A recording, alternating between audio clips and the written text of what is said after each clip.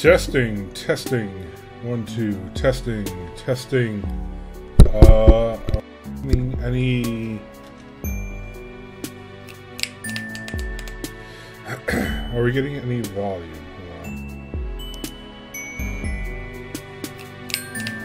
Alright, looks like we are. Okay. Are we getting any volume? Doesn't look like we are on the... on my monitor, but I guess we are. Anyway, so... Happy belated 413, Homestuck fans. Here's Hiveswap Friendship Simulator. I didn't even know this was coming out, so this kind of dropped in my lap. So I haven't been doing too much streaming lately. I've been busy in Monster Hunter World, honestly. I should be streaming that, but whatever. Anyway, so is this clickable? Is this clickable? It is not. So this kind of gets shortened to Hiveswap Friendsim. So I should have been expecting something for 413. Anyway, so it looks like this is kind of tied into the... Oh, now my monitor's going. Tied into the Hiveswap adventure game. Not really sure what this is all about. Let's check the options. Yeah, window is fine. I'm not going to mess with any of this stuff. It seems fine. Text speed, yeah, sure. Andrew Hussie. Hussie. Everything is Hussie. No, I don't want to return. There we go. So let's start. See what friends we can sim. I am going to have to do a lot of reading for this one, so I've got some water sitting here. Pardon me. You have just crash-landed on a planet called Alternia and staggered from the smoldering wreckage of your city, of your ship. You're now completely alone in a strange world, desperate for information, for provisions, and possibly a bit of medical attention. But most of all, you are desperate for friendship. Won't someone in this god-forsaken rock be your buddy? Any weirdo will do. You're not that picky. Hang on. What's this now? Is someone approaching? Hey, friend? Ooh, I get to pick one. He's got a hot dog. So, when I mouse over him, his hot dog becomes less visible.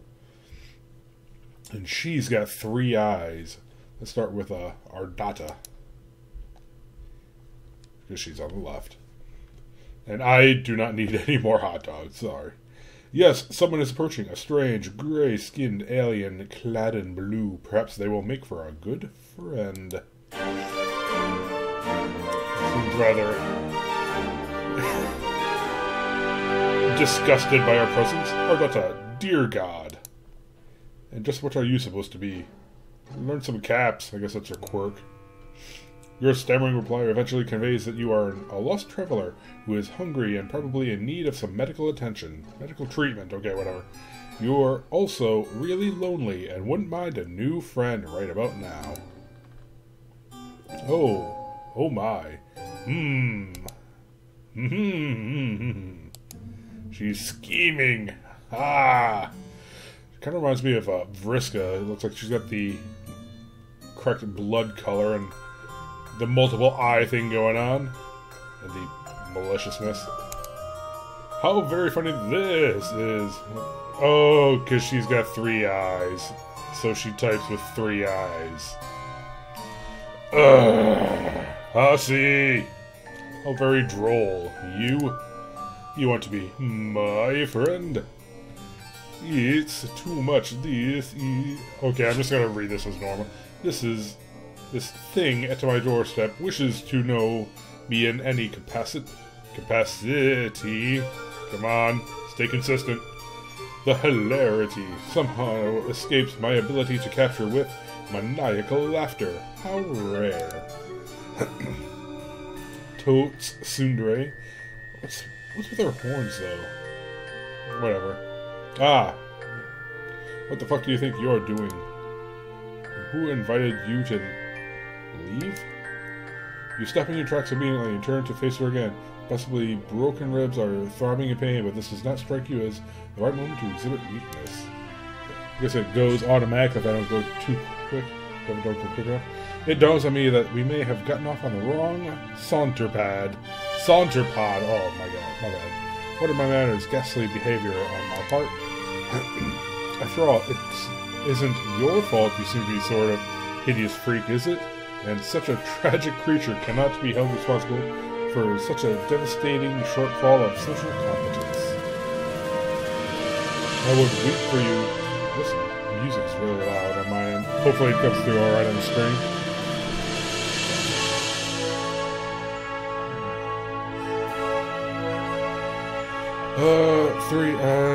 Crying out of 3 eyes at once gets a bit messy, so instead I think I'll be saving my tears for someone less offensively worthless. Hold on a sec. Let me just check. I'm checking my audio. I think I'll be saving my tears for someone less offensively worthless. Hold on a sec. Let me just check. I'm checking my audio. Good enough. You aren't sure if she's affecting you inside? Or she just got you to stay a little longer so she can insult you somehow. You try to remain stoic while your confrontational new friend decides what to do with you. Unfortunately, you sniffle slightly. Oh. Oh my. Oh dear. You're sad. So amusing to me. Mildly endearing even. Perhaps I'll decide later if it's endearing once I have more information. It's entirely possible I will retroactively decide it's disgusting. Okay. But for now, let's put yourself at ease. You completely pitiful fool. Not one more sniffle. Do you understand? You nod while practicing exemplary control over your nose. Nasal fortitude. You've gotten yourself so agitated, I wonder why you have nothing to worry about from me. Just check something. Of course, I will be your friend. Conditionally, I mean. There is a chance that the designation will be formalized if you behave in ways that I approve of. Stucky. Let's call it a friendship in progress. Agreed? Your heart swells. This is what you've been waiting for. A new friend. Oh, yarsh. All you have to do now is try not to fuck anything up at all. Possibly for many hours.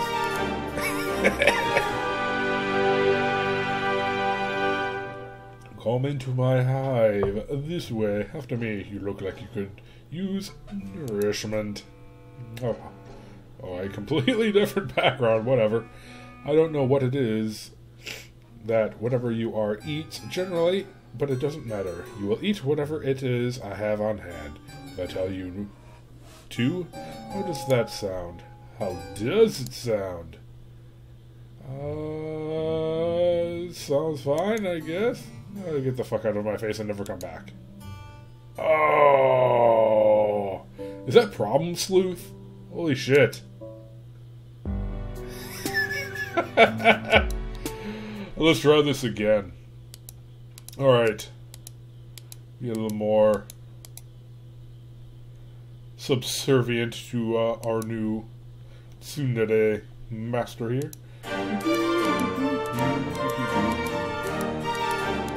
See how far this goes, and we'll try out Hot Dog Man.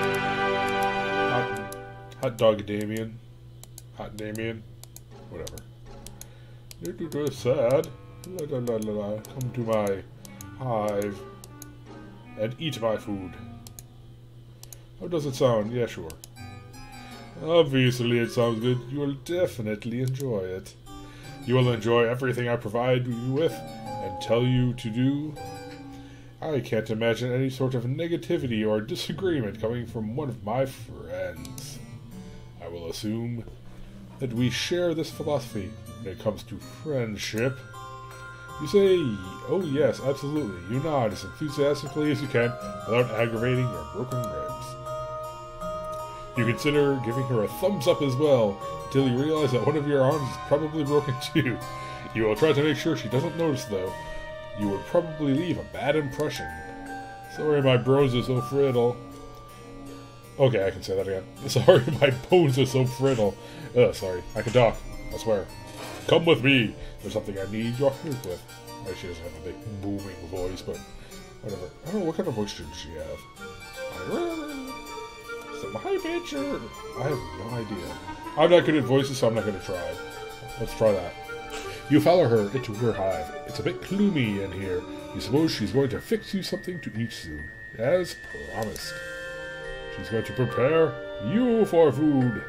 Those meat hooks are looking rather Texas Chainsaw Massacre. She even has like the jigsaw thing on her handle. You don't want to put like points on your handles, lady. You pass through the kitchen and out the other side to another room. Okay, you guess dinner can wait. This way, try not to let any of your broken limbs slow you down. A good friend wouldn't allow such trivial physical ailments to cause me any inconvenience. Oh, so you guess she does know you're injured. Fair enough, you hobble a little faster, though. Through another door into a much darker room, and now down a flight of stairs. It's hard to see, there are torches along the wall ahead. A monstrous noise rumbles below. So, Vriska, from the original Homestuck thing, she had like some giant spider that she would feed people to. She would feed people to her spider, Lucis, is what they called it. So I'm wondering if that's sort of the thing going on here. Don't mind her, she's just hungry. She's always hungry, though. What's that? You're hungry too? I have not forgotten. What sort of piece of shit friend do you take me for? You didn't remind her that you're hungry. You thought it, though. Can she read your mind? You hope not. That's going to make this friendship and progress a bit awkward. Here we are. This is where you will be most useful to me as a friend.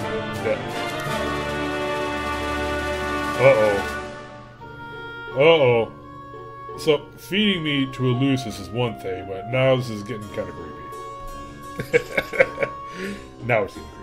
Okay, now you look around with a sense of relief. You see no sign of whatever hungry thing was grumbling down here. You are less relieved to see several other kids trapped in cages of various shapes and sizes.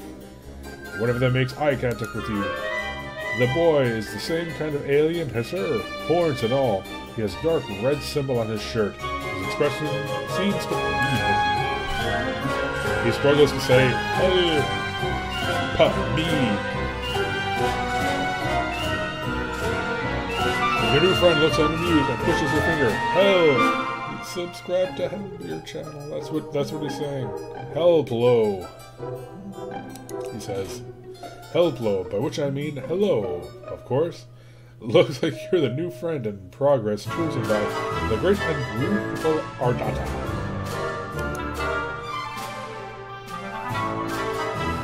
She's my savior, my reason for being. I have nothing without her. I'll hollow myself out and let her make a nest inside me if she'd permit it.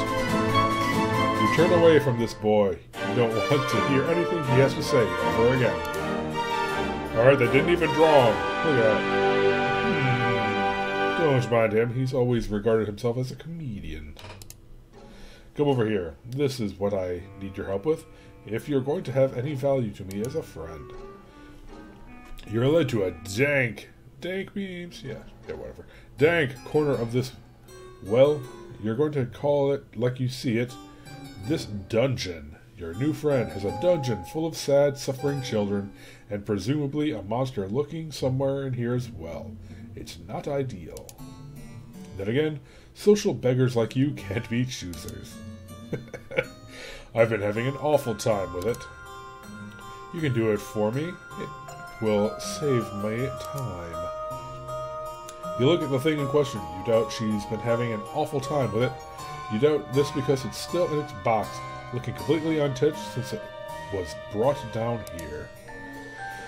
It's a box containing a table. A table that looks ominously like it was designed to keep a person strapped to its surface. I will need you to assemble it.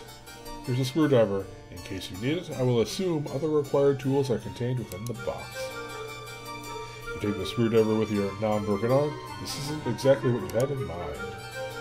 You don't know what you had in mind, really? A warm meal, a friendly banter, perhaps a sling for your arm, and a remedial balm for your ribs. Still, you open the box without protest. Hold on, before before you start. This will make for excellent content. Ah, she's a YouTuber. The worst kind of people. I mean, jeez. My fans will appreciate this. She sets up a video recording device on a tripod. And point, really, a tripod? You can do like something a little more alien. Oh, there she is as a wiggler. And then points it at you. The video feed comes to life on several monitors just behind you. You see in one corner of the screen an unflattering angle of your torso hunched over the furniture box. Other rectangles contain shots of the other kids in cages around the room. You suppose cameras are pointing at them too. You had no idea this friendship came with the perk of instant stardom. You may begin. She's suddenly sitting in a comfortable-looking chair facing you and holding a chalice, swishing around some viscous liquid it contains. You have all the parts spread out on the floor, organized according to their labels in the instructions. You try to remember the last time you assembled something like this. You don't recall enjoying it, to be perfectly honest. This doesn't look like it will be fun at all. She frowns conspicuously. Oh, how sad. I'm sorry. Is this activity not to your liking? You reassure her vigorously that no, it actually looks amazing. You love shit like this. It's what you were born for, you say, as you swoosh the screwdriver around, demonstrating your plainly evident skill with the tool. Yes, you swish. Screwdrivers, that's what they're used for. Forget the thing you thought. Completely arbitrary and wrong thoughts pop into your head all the time. It meant nothing, you swear. Yes, I hear that a lot. Continue. You open the little bag full of screws. Jesus! There are like 50 screws to this thing. Where could most of these screws possibly even go?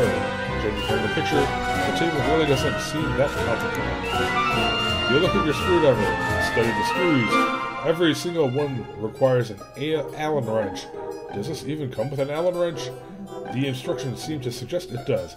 So I have a buddy, Bebo, actually, if you were following my Dark Souls playthrough, he seems to think that Allen wrenches should be called Allen screwdrivers. Because they are technically more like a screwdriver than a wrench, because they go inside the screw when you turn it, instead of like clamping around the outside. But anyway, that has nothing to do with anything. Let's continue. You look around, but don't see one. Did you open the bag too forcefully? Did the Allen wrench go bouncing off into a dark dungeon crevice nearby? Maybe you lost some of the screws too. Damn it. You begin to sweat and look around nervously. You check underneath one of the parts and no, it's not under there. You grip the screwdriver a little tighter. You wonder what to do next. Why, get the hell out of here. This seems like fun. Just do your best assembling the table. It's what friends are for. Absolutely. You decide it would be best not to complain about the missing Allen wrench. Your friend would probably consider it bad form. You'll just make do and twist in all the screws by hand as best you can. Your broken arm isn't making this any easier. You favor the other one and prop pieces into place precariously, leaning against each other while you nudge them into position with your legs so the screw holes align. It's really frustrating work, you're not going to lie. As you are twisting in the first screw, the grooves slip and the screw gets stuck, but you've already turned it too tight. Now it's hard to get it out. You twist in reverse harder. But your fingers slip and the table pieces start to slide. They're going to fall. You rack to catch them, but it's too late. The heavier pieces tips over and slams you in the broken ribs on the way to the floor. It hits the floor with a bang. The stuck screw pops out and goes bouncing 10 or 15 feet away, settling deep underneath a piece of a dungeon furniture. God, you're probably going to need to get that. You hear a light chuckle. Good. Good.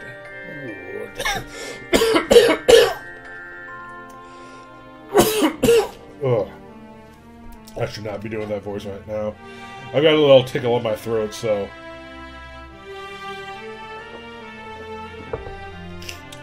my maniacal voices will have to be put on hold. Good.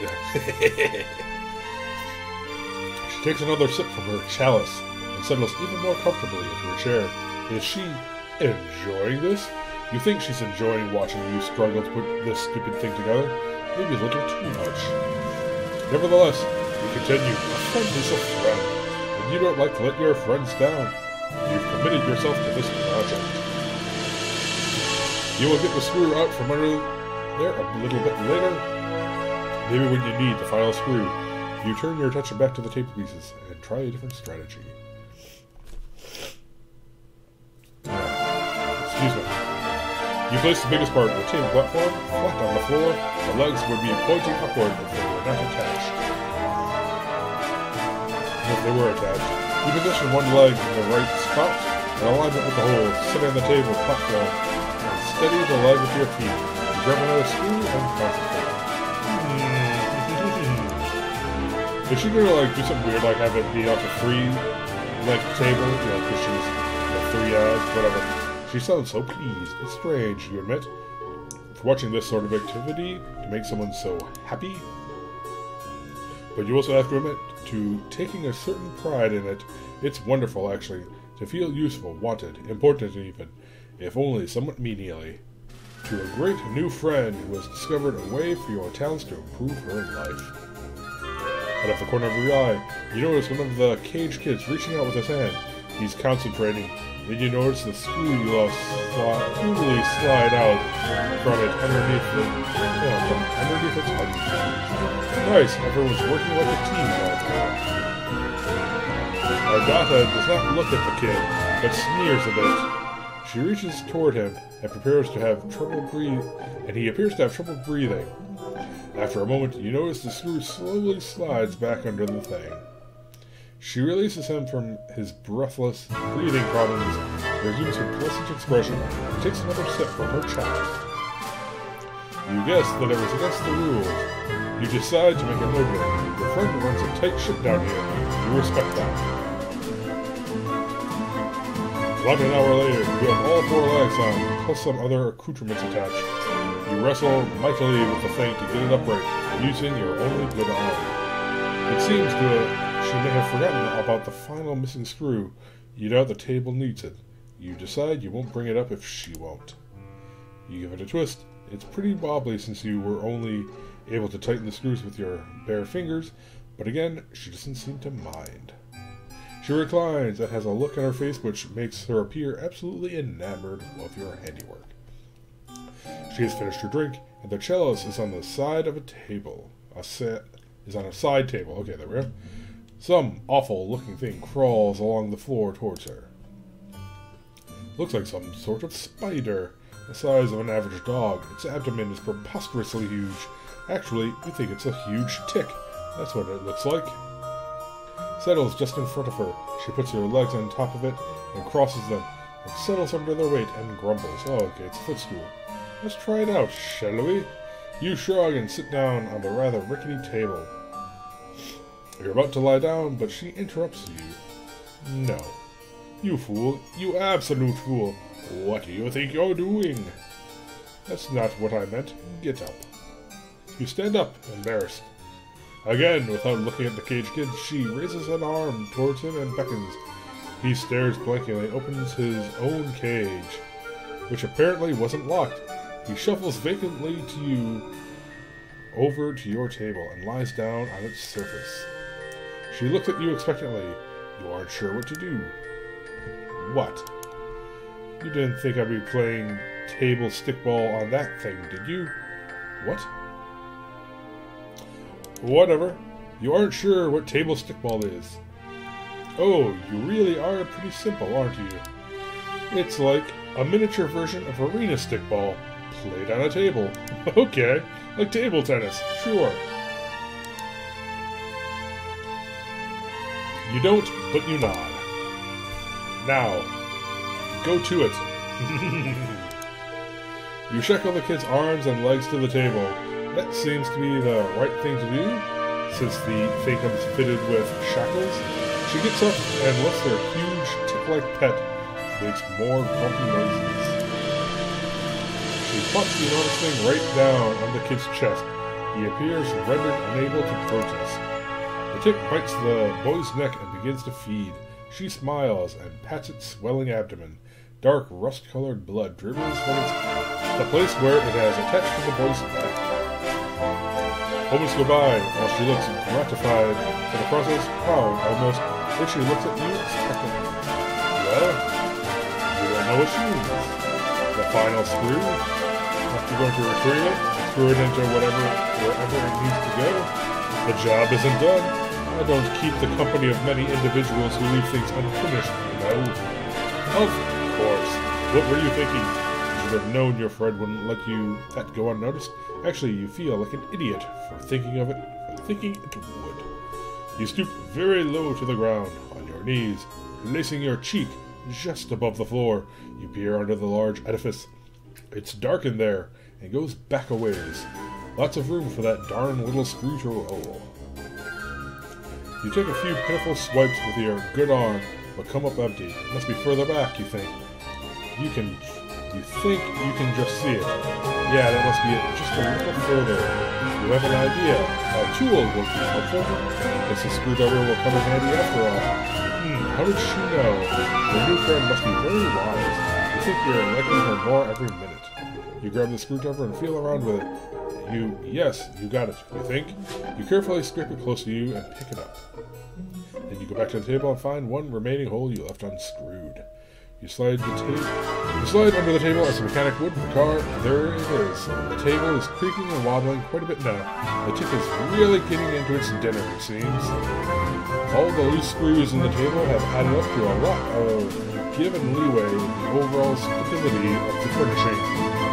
Maybe the final screw will help. Ardetta has returned to the setup with the monitors. She's adjusting some settings on the feed, controlling the zoom of the camera, and typing some remarks into a chat window. Okay, I didn't mean to make her sound like a horse. This is very good material today. It's not often that I can provide content of this caliber to my subscribers. You and me both, sister. Go on, complete your project. This will be very good. You still think it's weird that she likes watching you put furniture together so much, but you're not one to judge, friends. Sounds like a great way to lose friends, honestly. You screw in the final screw, but the stresses on the table are causing the holes to be misaligned. This won't be easy. The huge tick shifts its grotesque body above you, causing the table to creak loudly. You nervously slide halfway out from under the table to check it out. Then a loud pop, the sound of scraping metal. 6 or 7 screws shoot out of the desk like rivets in a sinking submarine. What a piece of shit this thing is. You think a little too late? You really need that Allen wrench. Almost read that as alien wrench for some odd reason.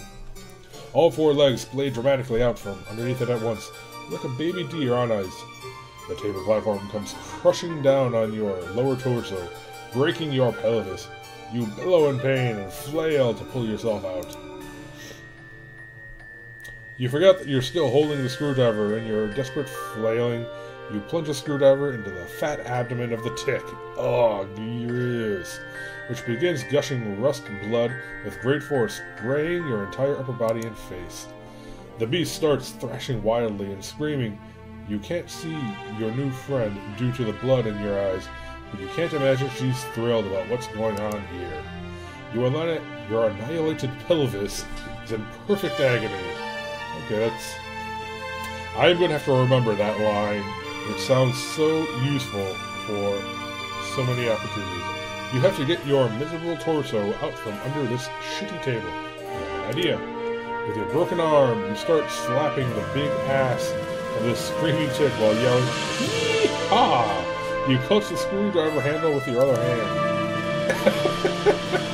The blood-gushing monster starts kicking and rearing, then blasts off across the dungeon floor like a pig at a rodeo.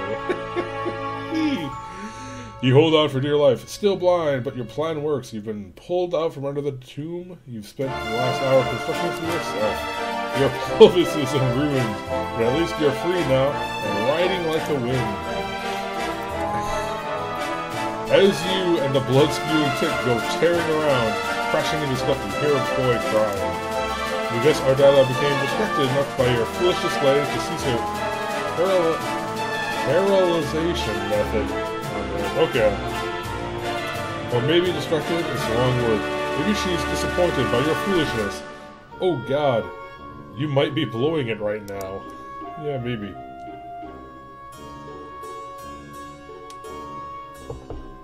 The tick swerves suddenly and starts running up the stairs. Ow, ow, ow. Your brittle pelvis feels every step on the way up.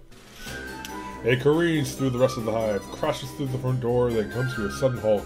You're catapulted violently over its backside and sail 50 yards through the air. You land on your ass and wipe the blood from your eyes. Okay, this was embarrassing, but everyone makes mistakes, right? You can still salvage its friendship. You know you can. You turn back to look at her hive. Ardata is standing in her door with a furious look on her face. She is flipping you off. You will not be my friend. No. No, Ardata, no. Load. What even is there to load? It's like 2 seconds. Okay. How long was it? Oh, that was a good 30 minutes. Wow. I am impressed. Did not seem like that long. Let's see if we can get through Damien. Hot dog Damien. Diemen. Okay, not Damien. Yes, someone is approaching a strange, gray-skinned alien with a cozy-looking hoodie. Perhaps they will make for a good friend. What's up? Okay, how am I supposed to, like, read this? Oh my god, it's horns with hot dogs. So, I'm guessing this is his quirk, maybe he has these hot dog horns on either side. Oof. Hang on. Okay, look at that. Hang on, sorry. I didn't get a good look at you before I started talking. I guess you're really weird looking. Kind of uncomfortable about this. Your stammering reply eventually conveys that you are a lost traveler who is hungry and probably in need of physical treatment. You're also really lonely and wouldn't mind making a new friend right about now. Hungry, huh? I see what your game is. You're after my grub dog. You aren't sure what he's talking about. Then your eyes drift towards the obvious target, the exquisite hot dog he's holding. It looks really, really good. Her mouth starts watering roses. Oh no! I knew it. You're just like all the rest. Your agenda is to have me relinquish my delicacy. Well, forget it. I've been tricked out of 2 other oblong meat products this week already. I know you probably think I'm an easy mark due to my blood color, but I still have some dignity at least. You don't know anything about his blood color and why that would matter in this conversation, but his hot dog. You're hungry, sure, but you didn't mean to cast a threatening gaze at his food. All you really want to do is make a new buddy so you don't feel quite so alone in this strange new world. You just want a friend and not my sweet meat. Oh, what the hell. Sorry, I get a little paranoid when I walk around with such delicacies in public. You walk around with your sausage out in public. I mean, that's your thing. Oh, jeez. Pork sausage. What's the sentence here? An edge of pork sausage. You can't be too careful, folks. Tend to get that greedy look in their eye on my warm sausage.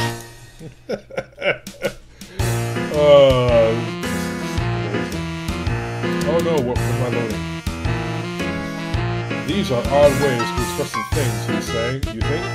But it would be rude to point that out. Probably best to change the subject. Get this blossoming friendship moving in the right direction. Alright, this is probably the worst answer, but it's probably the best answer. This is the answer I would get. Ask if you have a bite of his hot dog. It looks amazing. Forget it. I'm I'm leaving forever. Disrespectful. Alright, I knew that was going to be happening, but let's get back to that. Diamond.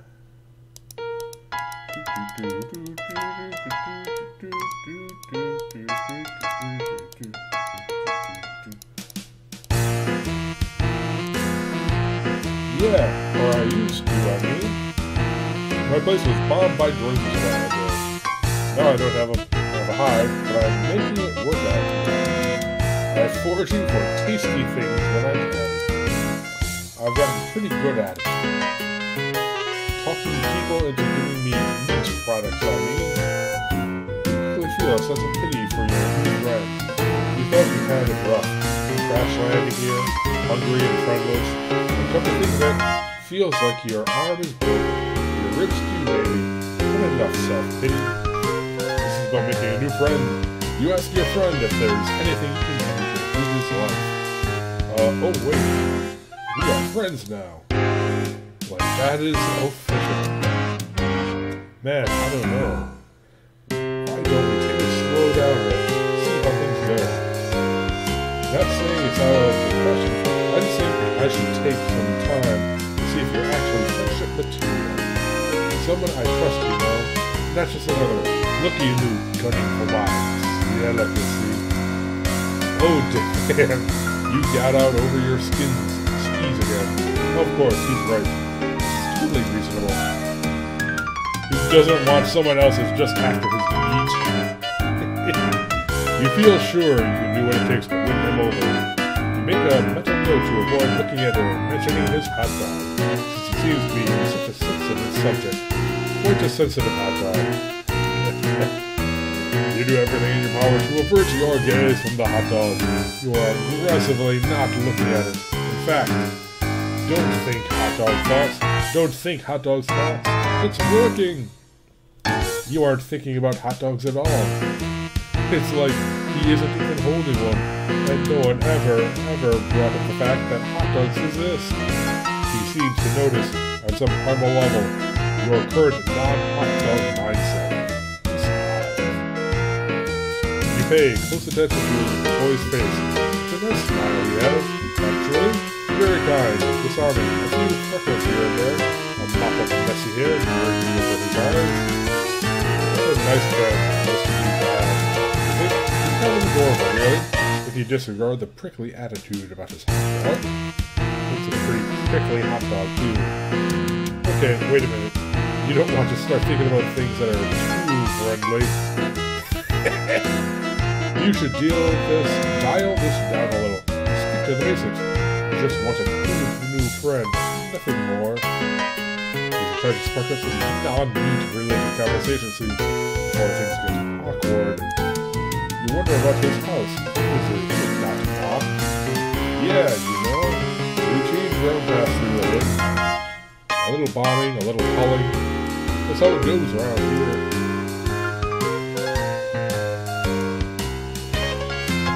I was a lucky one, not my Lucis. Not so much. He's a goner. He made it to the hot dog. You don't know what a Lucis is, but you can deduce it is someone important to you.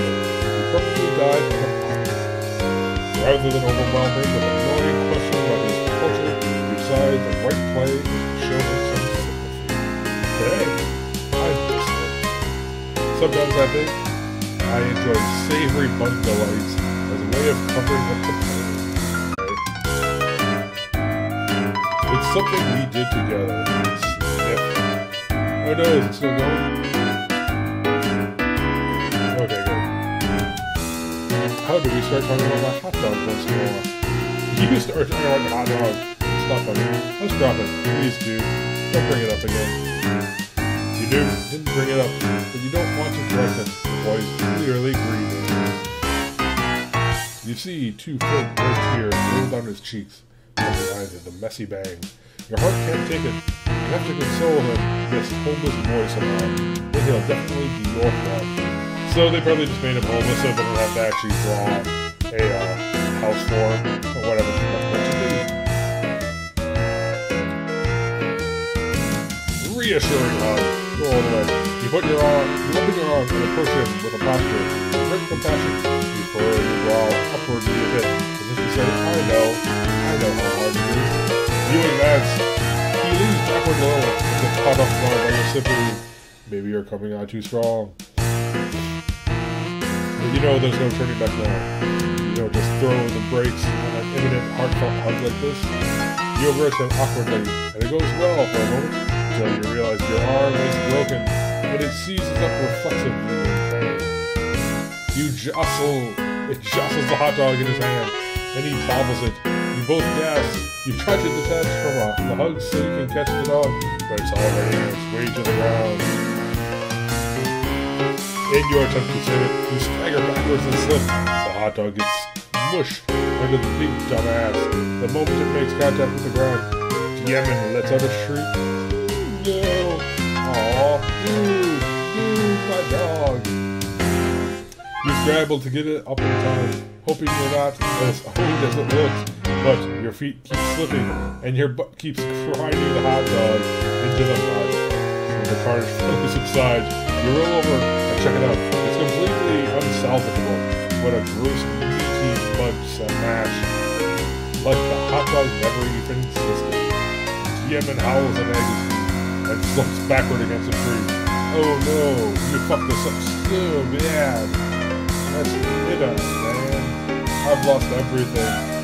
Not sure what the point of even living is anymore. You are absolutely mortified by your clumsiness and foolishness.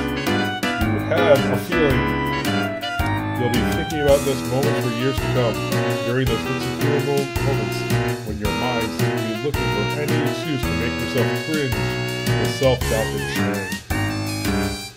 Still, you can't help but feel this guy as being a little unreasonable. Was hugging him actually the correct thing? This is getting kind of wrong. I was expecting to just, get a game over screen and go off or whatever. I assume that if you actually just patted him on the back, if you pat him too hard, send the hot dog flying or something. There are probably plenty more of those to go by, for those who know where to look in this strange world. He himself said he makes a habit of enjoying these, so they can't be all that uncommon. Maybe he just has unusual psychological disorder surrounding a fixation on a particular feline. Yes, that could be it. Poor guy. This just means he needs your support as a friend. All the more, you won't give up on your friends, or for that matter, people who you're trying desperately to become friends with. That just isn't what you are. You have an idea. You run it by him with a sense of optimism and salesmanship. The past is behind you. There is no need to wallow in self-incrimination and guilt over the hot dog incident. Yemen puts up a little. You want to help me get another hot dog? Absolutely. It could be a fun adventure, you say.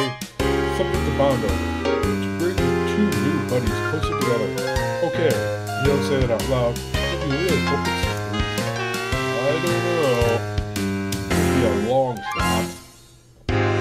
Sometimes it can be days before I'm united with another little treat. Listening perspiration. Steaming, relaxing comfortably in the sun. Melt in your mouth loaf. Damn. Now I really want a hot dog. I guess I don't have much choice but to take you on your offer to what do you have in mind? That's a good question. You haven't made a plan yet, and frankly, you don't even know where to begin. But he's interested in spending more time with you, which is the most important thing. You'll figure out something out. You decide to display confidence is called for here. A real show of leadership. To improve morale, you smile. Hold your head up high and tell him to follow you. You know exactly what to do. Well, not really, but you get no indication of that at all. He's definitely a dream. You got him hooked now. You think? You're probably wondering if you hit pay dirt. Finding a new friend with the hot dog fucker. Of course, you don't have the slightest idea where to find the hot dog.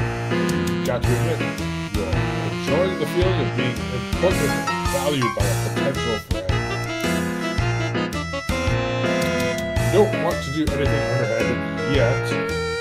You can't help but feel you should probably melt the social gambit for all it's worth.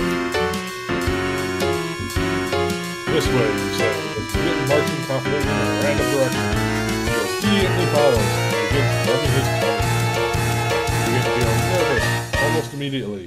You have absolutely no idea how this is going to play out, or if it stands any chance of resulting in a hot dog at the end of the tour. Oh well, you'll figure something out along the way. You lead him through the streets and winding through the yards of strange looking houses, and he follows. He takes care to make sure you both are not seen, which can get you both into trouble. Apparently, the improvised, circuitous route appears to revoke this suspicion. Dude, are you sure you know where a dog is? It seems like you maybe are lost. Oh, absolutely. You're absolutely sure you know where to find it, you say? You're just throwing anyone off the trail who might have been following you. You nod solemnly, as if that makes perfect sense. Whew.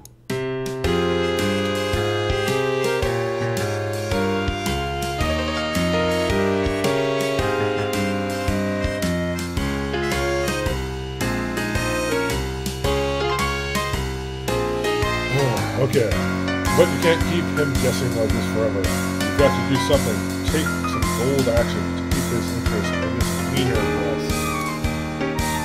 You say, this way, down here. This is the shortcut to the hot dog supply you're privy to. It's the motherlode. In the sewer? Yes, totally. Just a short trek through the sewer. It shouldn't be more than another hour or several of sewer trudging. That is, still has the will to do what it takes to get his hands on those juicy dogs. Oh, hell yeah. You know it. After you, man. An hour later, you're so deep in the sewer, you've lost all bearings and sense of direction. You could be anywhere by now. You've taken so many crazy turns. Still, you don't let up for a second that you're lost. You made each turn with decisive conviction. Still following you, and now he's having trouble keeping up. He's out of breath and struggling with foul smell.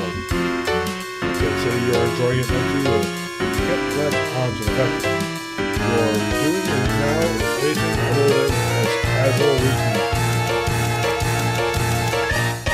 Like you two do this every day. Just a quick jaunt through the sewer to hit up this vast mythical trove of meat products.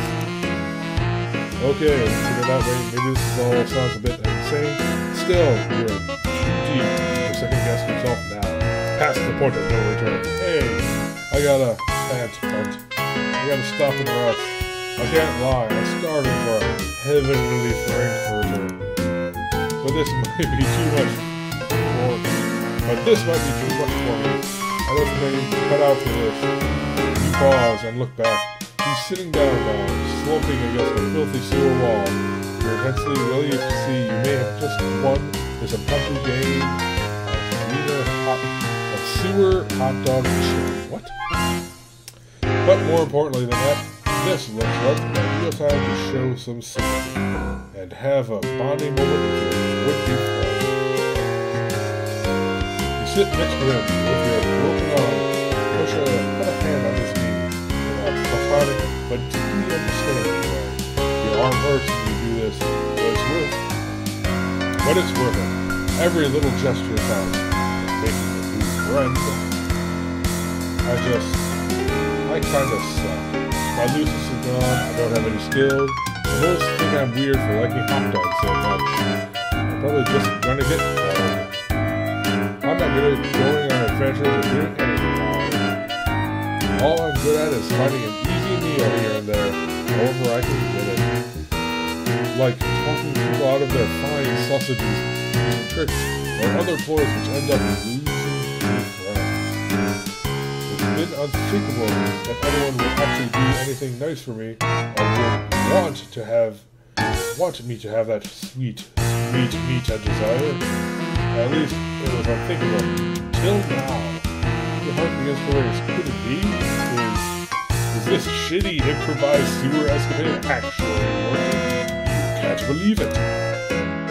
Nobody's ever done so much or worked so hard. Not so far, but in the end, it doesn't matter or whatever. I tried to get my hands on another magnificent banger. Sorry for being emotional, but like, this is new for me. I don't know how to handle it. I'm just so grateful. I'd be thrilled to call you a friend, man. Whatever you are, you're overjoyed, unbelievable. It's almost too good to be true. What now? Such a sudden turn of good fortune. You hardly know what to do. Should you hug the guy again? Last time, that didn't go so well. But this time, he's not holding a hot dog for you to clumsily defile. So maybe this is your moment. Wait! What's that? A deep rumbling sound begins to echo through the tunnels. Oh shit, they found us. It's a drone, dude. I guess on like sewer duty. We gotta run. He gets up, grabs your hand, and sprints. He's a lot faster than you look. Motivated to get moving. He turns this way and that as the rumbling gets closer. But he slips on something. You both tumble and go over a horrific sludge. I can't swim, help. Your bad arm finds purchase on the ledge. And though it is very painful, you heroically slam into the front from the bucket with the other arm. You cough and gasp for breath. You find a nearby ladder shoving upward, so he starts climbing on his own and follow him. You burst through the lid on the floor. You both... shit. Alright, we have to temporary call it here. Sorry about that. Gotta clip that out. Let's see if it...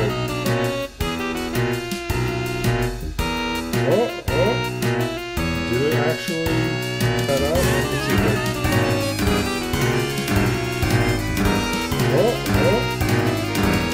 Alright, looks like it didn't actually come through. I'll have to double check it. You both flip out of the whole drug sniffle, smelling horrible and completely exhausted, but at least you're safe, you think? Hey man, I just want you to know, even though we didn't find the glorious treasure you were leading us to, I am happy how it all turned out. Maybe I don't need hot dogs in my life as much as I thought.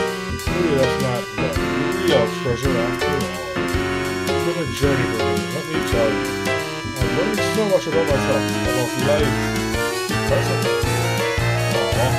His bushy hair is slicked back from his eyes deep in the sludge. He's giving you a penetrating, soulful gaze and presumably pure friendship. Or is it even deeper than that? Wow, this is intense. Then something catches your eye, just above him. Something dangling. Lots of dangling things, actually. Come to think of it, it's really cold in here. Freezing, in fact. You finally realize, holy shit, you're in a weird alien meat locker. You're absolutely surrounded by dangling meat products, including many sausages, thousands of them, you begin to sob. Your sobbing soon turns to unrestrained wailing of raw catharsis. He joins you, and the tears flow freely from you both. You embrace each other, and let it all out. Suddenly he hits you, both of you. Suddenly it hits you, both of you. This is by far the happiest day of your life. Meat heaven! Okay, what happens if you do the other thing? Okay, blah blah blah. Friendship, blah blah blah. Blah blah. Blah blah blah blah blah blah blah blah blah blah blah blah blah blah blah blah blah.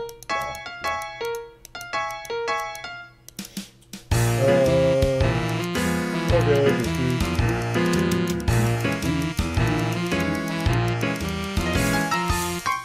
Was there another one in her campaign? Or was there only the one question? Something kind of like that. You keep it simple and pat him on the back a couple of times. Everything's gonna be okay since you are his new friend, or at least working towards earning that status. A new ally to help him get everything straight. He looks his ears and appears to get himself back together. His friend gesture worked. You're right, I should have let the past get me down. In a way, I'm free. I'm off the grid. They probably think I died. No need to worry about knocks on my door because I don't have a door anymore. Maybe I can live off the land for the rest of my life, scrounging for scrumptious indulgences wherever I may find them. rummaging through awful drums or smooth walking on the right part. Sounds like our life, honestly. I'll miss my nieces, but I think he would be proud. If I can make it without him, I can survive on my own. I know he would be proud. Maybe I don't need to leave the planet. Maybe I can avoid taking the OBS altogether. Can't just do what you can't find. If I play my cards right, I can probably live through right old age on this planet without getting caught. Like hiding in the alleys and sewers, scraping together just enough succulent protein to keep myself going. Honestly, I don't even need to get by that long, since I have a much shorter lifespan than most workers. So I think I might just be able to make this work. You look confused at the Master Bart, but again, you don't want to be impolite. He holds up his hand as if to tell you not to bother. I can tell you're not frightened. It's okay. Rough bloods don't live a long time. Your blood crosses higher than me, and the rest of you longer than the higher up you go. Sea dwellers live basically forever. It's kind of crazy. It seems unfair, but that's how it is. I'd be jealous of them, but I think I'm not. Almost grateful I don't have very long to make it in this world. I don't know what I'd do if I had any left. I'm happy to settle into a nice, short ride. Keep a low profile, taking some good meat along the way. Nothing wrong with that, life, if you ask me. You understand. Seems like a tragic story, but if your friend has made peace with his destiny, you might as well keep it. You offer a sympathetic shrug, continue your perfect streak of consecutive seconds, not looking at his hot dog at all. He smiles again. He seems to be relaxing, gripping the little dog a little less tightly. That's good. You know, you're good at listening. Not many people understand me at all. Alright, so I guess this one actually does branch. I'll have to check out our doctor and see how short hers branches. A lot of people find my overly possessive attitude towards meaty delights to be strange and off-putting. That one's not in yellow. I've had heard this more than once and lost some friends that way. Whew. So, there are some past personal grounds I do not want to talk about. Let me tell you, that you're different. Maybe you put me at ease because it's obvious you're even lower than me. No offense, but you are. Oh, thank you. Girls would vaporate a hornless goof like you, no questions asked.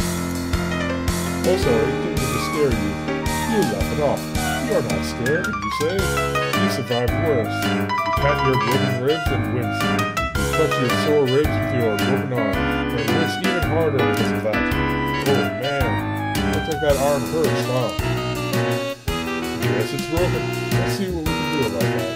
Here, hold this for a second. He hands you his hot dog without hesitation. Oh, wow. He wants you to hold it? This is such a remarkable gesture of trust. You're overwhelmed. You blow it, don't you? You blow it, don't you? You gingerly take the hot dog with your good arm. Be very careful. You hold the hot dog from beneath with your fingertips, as if it's a priceless, delicate treasure. He takes off his vest, puts it on the ground, and he takes off his shirt. You avert your eyes for a moment, then realize that's silly. Nothing particularly indecent about this, you suppose. He's comfortable, so are you. Then he puts his vest back on, takes the hot dog back from you, and hands you the shirt. Here, make a sling out of it. That should help. He's right, it does help. Your broken arm is a lot more comfortable and secure. The shirt smells a lot neat, too. You can't tell if you think that's a bonus or if it's weird. You decide it's a bonus. This is what your new friend. This is your new friend. He loves meat. So do you. It's your greatest common interest, in fact. Nice. You know, I think we make a pretty good team. Though, I don't know if I'm ready to be officially call you a friend yet, but I may be getting close. You're pushing all the right buttons, man. Being someone who listens and understands. You have no idea how much that means to me. For so many years, makes your heart sing. Well, if you're keeping it totally real, some of these things he's saying are just a little strange, like maybe this boy wasn't really socialized properly, but he's loose by his uses, he does. With think that might be his dad. But again, you don't dare ask, and that's where positive feelings are flowing like this. I can't believe it. He gets a little closer and swoops a hand through his thick black hair. For a brief moment, you catch a glimpse of one of his eyes, regarding you fondly. Your heart beats a little faster.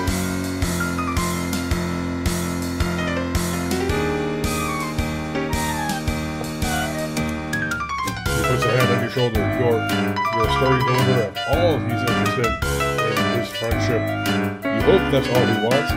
You don't think you're ready for anything more than that. You're desperate for friendship or really companionship of any sort. That's moving pretty fast for you. He's gonna slip you his needs. But you're too nervous to make your feelings clear on all this. If he goes any further, you're not sure if you'll have the words with your guests. Listen, dude, this gorgeous niche product we both admire. I'm thinking, maybe we should. I think that sounds pretty good, actually. Oh my, yes, that sounds wonderful. You're so hungry, and you're beside yourself with gratitude that Damien is willing to share with you something so precious to you. Really means a lot. I have an idea. He brings his face close to yours. I think if you look the lady in the trash thing, the hot dog, he holds a hot dog between your faces, and both ends of the dog pointing to his mouth and yours. You're not sure what he wants you to do. You can't find the breath to ask him. It seems he wants you to eat the hot dog with him. Lady, okay, that's the only option. Yes, pressing on it. You could agree the act is uncomfortably erotic. But you have to admit it is a good way to share a food item, whilst ensuring it gets delivered without eating. And you absolutely loathe the idea of letting a friend down. It's completely at odds with your values as a person. You chop down on your end of the hot dog, as he does with his end simultaneously. Holy shit, that is so good. You take another bite, and he times his bite perfectly. He's eerily good at this. Yeah. It's throwing off your chewing of it, which makes you cough a little. But you don't feel like you can pause without breaking eating rhythm with him. Might be what a bad friend would do. You know, sir. Who drew this, actually? I know, Hussie style, he just got, does like that more of an MS paint thing about, like, real outlines around anything. Whatever. You keep going without really quite swallowing as you go. You get closer to his face, which is creating an imminent situation you aren't sure how you're going to handle. You haven't planned for it, and it's coming up fast. The hot dog backlog. Hot dog backlog. That sounds awesome. Name for something. I need to call something a hot dog backlog. Anyway, collecting in your throat is okay. I get it. Getting a bit too heavy, so you try to swallow. You can't. You gag and cough up all the chewy hot dog matter explosively into his face. He recoils, absolutely stunned. His bangs are blown back, and he's staring at you with wide-eyed hot dog and bun bits all over his face. He says nothing for a moment, then puts his hand to his throat. Oh fuck, he's choking. He points at his mouth desperately. You need to do something to highlight the force. That's what you need to do. You need to save your friend's life. You get behind him and put your good arm around his belly and form a fist. You plunge the fists under his ribs, trying to dislodge his domesticated delicacy. It's no use. You can't get any leverage. You need your other arm. It really hurts though. You'll have to make the sacrifice for your friend. Excuse me.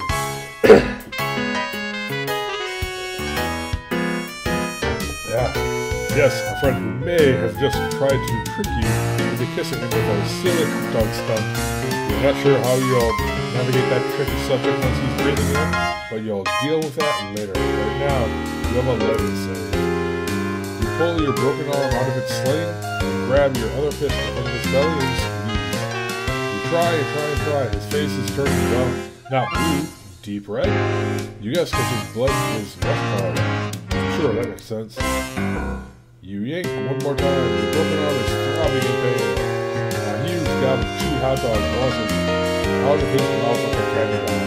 And the expulsion creates enough force in the other direction causes you to actually lift him up into the air and accidentally suplex him into the mud of the head.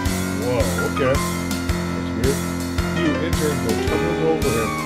The two of you are soon locked into an inseparable pinwheel of interspecies downhill mayhem.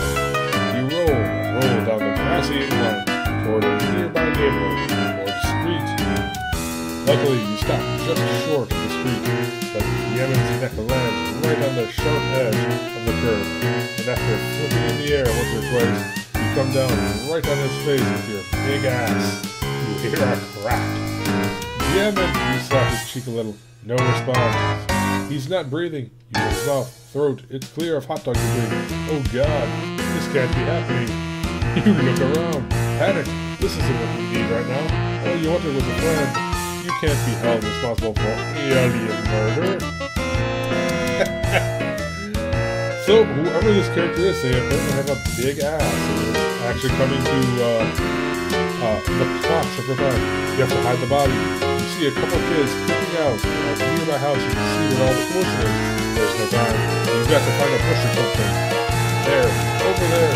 It's like a little alien bushy thing. It's pretty small. It'll have to do. You drag the festive, shirtless carcass over to the bush. You dump the body in the bush, and it's really not convincing. It looks like a dead kid was unceremoniously dropped on top of a small bush. A poor attempt to conceal a murder. That's exactly what it is. You've got to come up with a better. Wait a minute. Someone's standing behind you. Hello, stranger. Don't worry about this little mess you've made. I'll take care of it for you. I think you are, Detta. You killed him. Alright, now I gotta check if our data has another thing in here. It'd be interesting to see exactly what the canon ending this is. She got some neat music in it. I gotta dig this tune.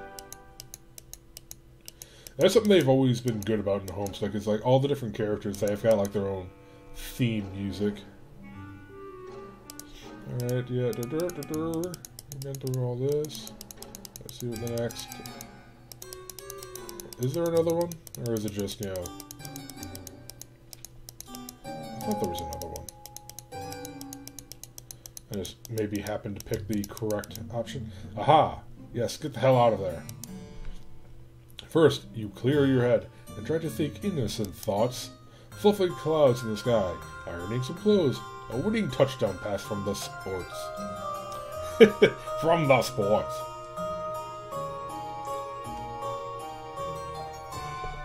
Ardata's long black hair spilling over her cloak. Wait, these are not innocent thoughts. Shut it down, shut it down. There's no time for thinking. You have to act. You hurl the screwdriver at her and run. She calmly lifts a hand towards one of the kids in the cages. The kid tenses up and lifts a hand in the direction of the screwdriver. The screwdriver freezes midair, right in front of Ardata's head. You run up the stairs. She twitches a finger. The cage kid does a full body spasm, and the screwdriver goes sailing towards you. It stabs deep into your leg. You buckle over, tumbling backwards down the stairs. You're a crumpled heap at the bottom of the stairs, bleeding, and you think your arm is broken in 2 places now. That didn't seem very friendly to me. Luckily for you, I'm very determined to make relationships work. Even ones with people who flee simple furniture assembly projects. She stands over you. You attempt to pull the screwdriver out of your leg, but your entire body locks up. You can't move. She holds an outstretched hand just above you. You shouldn't try to move yet. And you certainly shouldn't try to pull that screwdriver. You'll get blood everywhere. To my three little eyes, under the present conditions, it seems to me that only one of us should attempt walking up these stairs. You feel relieved. Perhaps she has some alien means of levitating you up the stairs. Wait, no! Your body is tensing up again. It's moving without your permission. You get to your feet without taking the screwdriver out. The Wow, that hurts. What is she making you? Wait, what? She can't be. You use both of your arms and all of your strength to pick her up entirely. The pain from your arm is excruciating. Arms with broken bones are not meant for heavy lifting. The additional weight on your wounded leg isn't great either. You hold her as a groom would hold a bride. She wraps her arms around your neck to hang on to you. In what strikes you as an overly familiar manner, she looks directly into your eyes and grins. This is better. Go, onward and upward, you friend. Your legs begin to operate without your consent. They wobble and struggle under the weight. The wound throbs. You lumber back up the long flight of stairs, carrying her all the way. You take her back to the kitchen and set her down on a chair seated at a table. You didn't think I'd forget about dinner time, did you? Is she gonna cook part of your leg or something? Pretty hardcore. Let's put your unfriendly behavior behind us.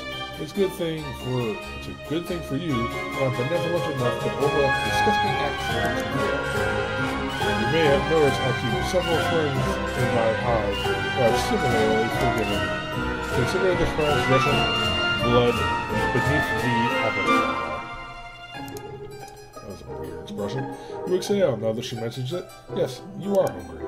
Maybe a warm meal will lift your spirits and get this heretofore turbulent friendship back on track. Maybe I'll even get the chance to pull the screwdriver out of your leg.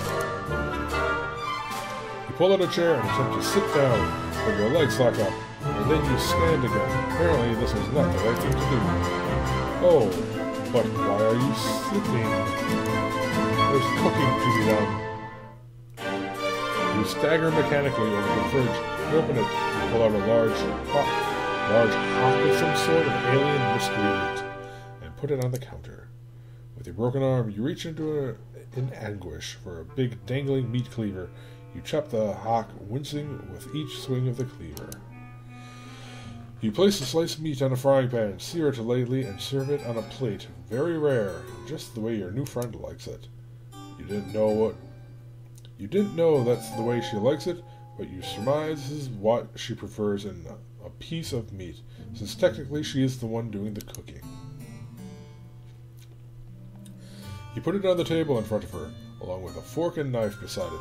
Your muscles relax. You apparently are allowed to control your own body again. She does nothing except for look at you with a pleased expression. You eye the meat in front of her, then the meat on the counter, and the chair on the other side of the table. What should you do? Prepare a plate for yourself? Is that what she wants you to do? Well, looks like you're confused. Isn't it obvious what to do next? Under your own volition? A good friend would know what to do. In fact, I don't think a good friend would take nearly as long to decide what the right thing to do next is. It actually seems to me a very rude friend would hesitate for so long as you are hesitating. Or perhaps someone who is not a friend at all. You begin to sweat again. You clearly don't have much time to make up your mind. If you wait for even a second longer, you will probably be guilty of being a bad friend, maybe even a dreadful one.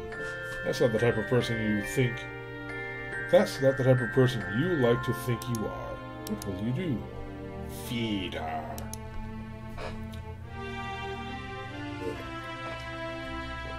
So is this technically the correct path to take? I mean, there's no, correct, I suppose, but this feels like the only obvious thing to do.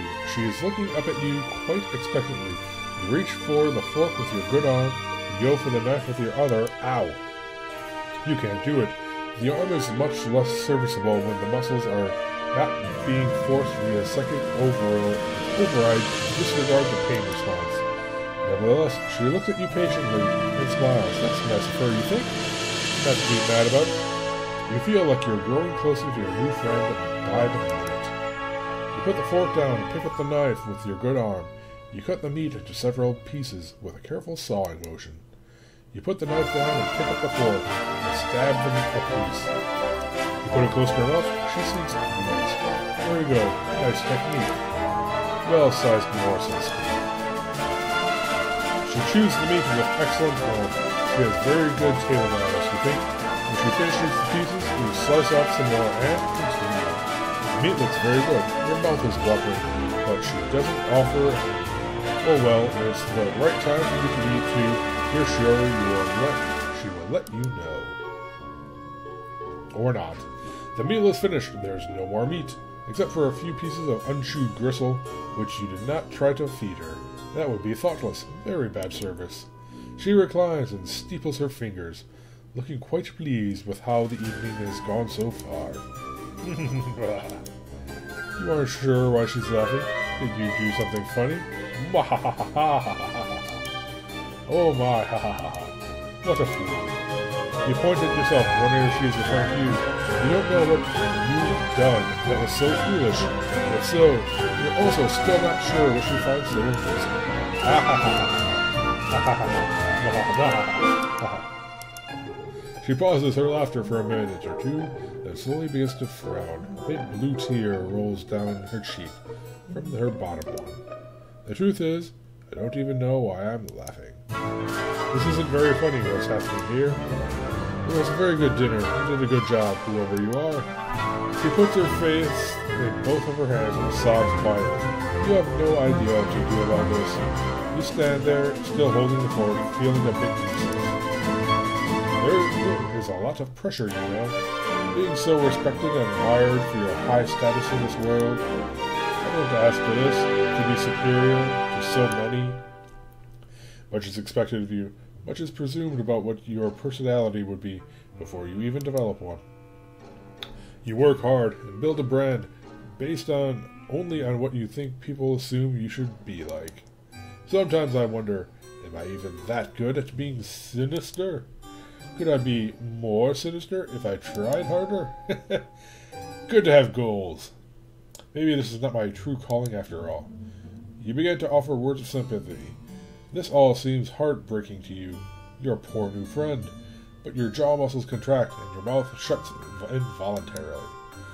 You guess it's not your turn to speak yet. Okay, that works for you. You like to be a good listener to your friends. But what would happen if I changed my brand? If I stopped being so sinister online, did I say? My friends and followers will deride and reject me, and my superiors will eat me alive. If I show weakness, if I scale back my bloodthirsty content, will I incur the scorn of a wise-ass clown with 100 million subscribers? Oh, YouTube. Will I be in a cage someday, listening to a fucking fool honk his horn for likes? No, I must persist.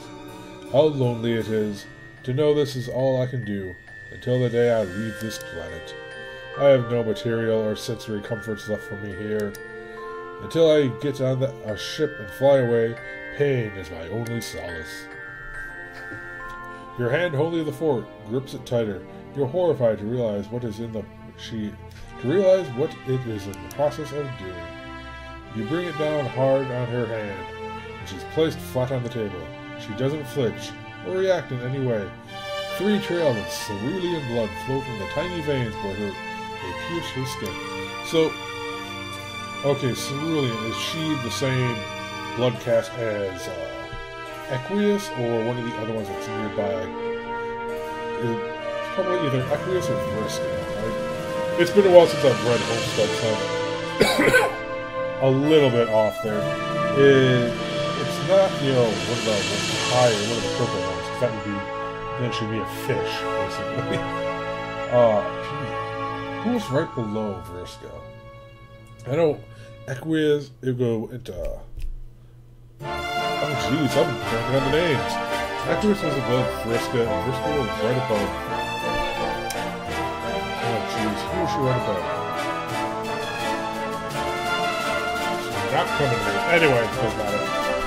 That wasn't friendly, you think? But then, you weren't the one who did it, were you? You're so confused. My subscribers are not real friends. Yep.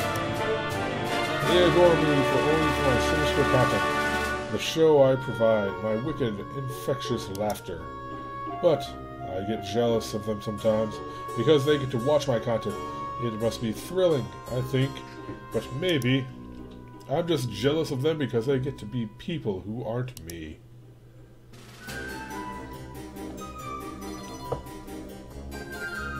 This is fucking deep, I know. Apologies if you cannot relate. She pulls the fork out of her hand and lays it gently on the plate. Gristle and fever. The people down the stairs in their cages aren't my friends. They act like they're my friends though. Sometimes I even believe it. But they don't really want to be friends with me. Nobody does. The only person who has ever really wanted to be my friend, who's ever tried to be, is you. You clear your throat and point to yourself innocently. That's it. I've decided. You have passed the test. You will become my friend officially. As such, I think a reward is in order. You're overjoyed. Your heart starts racing. You can't believe it. A new, real friend. But you don't have much time to enjoy this achievement. Your body is doing something again. You bend down in a strange motion. Pick up the plate and fork. You position the plate over your wide mouth and scrape in all the remaining gristle. You begin chewing. It's virtually inedible. Your mouth humors the act of chewing for 2 seconds, and then you swallow all of it whole in one painful gulp. Tastes like friendship.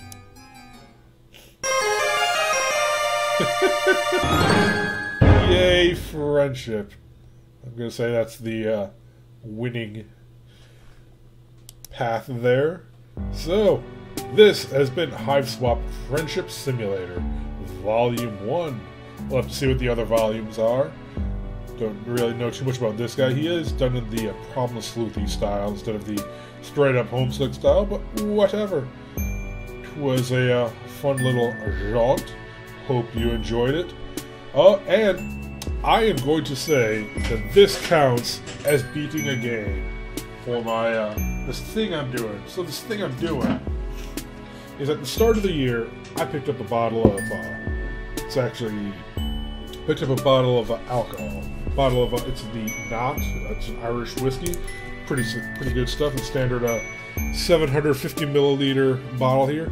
Every time I beat a game this year, I take one shot out of this bottle, with the goal being that by the end of the year, I've gone through the entire thing, which should be about 16 games about. I think that's what it comes out to. So, if you have something of your own you would like to do a shot along with me, go right ahead. It could be whiskey, it could be, I don't know, soda if you're not of age or just don't want to. Whatever. Anyway, who cares? I just want to do a shot. So, 3, 2, 1. Whatever. Hiveswap. Hiveswap Friendship Simulator Volume 1 in the bag. Till next time,